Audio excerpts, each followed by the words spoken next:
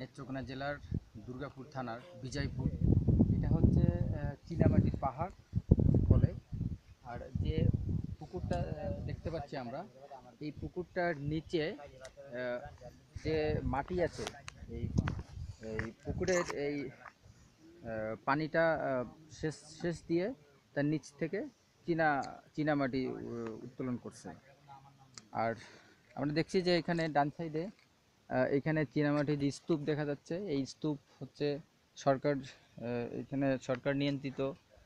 এই এই কূপটা তারা খনন করে এখানে স্তূপ করেছে এবং এটা সিরামিক্স ইন্ডাস্ট্রিতে এটা ইয়ে হয়, রপ্তানি হয়।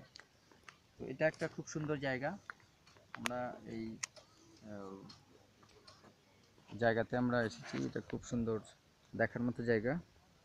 আমরা দেখতে পাচ্ছি এখানে যারা যে ট্যুরিস্টরা এসেছে, তা ট্যুরিস্টদের যারা গাইড হিসেবে মোটর বাইকে করে এসেছে, তারা এখানে বিশ্রাম নিচ্ছে এবং ট্যুরিস্টরা চারিদিকে এই পাহাড়গুলো ঘুরে দেখছে।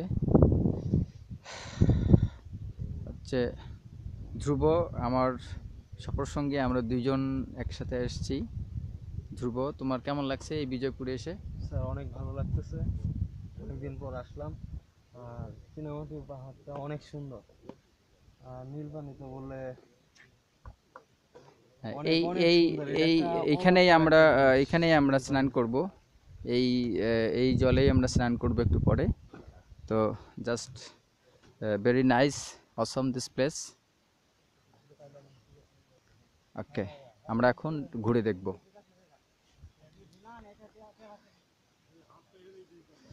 আমরা দূরে দূরে দেখতে পাচ্ছি যে এখানে যে সরকার নিয়ন্ত্রিত যে এই যে চীনামাটির পাহাড় এবং যে কূপ, এটার কাজে নিয়োজিত সরকারি কর্মকর্তা, তাদের এখানে অফিস বা তাদের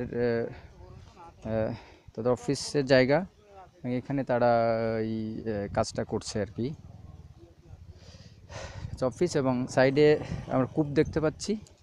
এখানে এই কূপের ভিতর থেকে নাকি চীনামাটিগুলো উত্তোলন করে।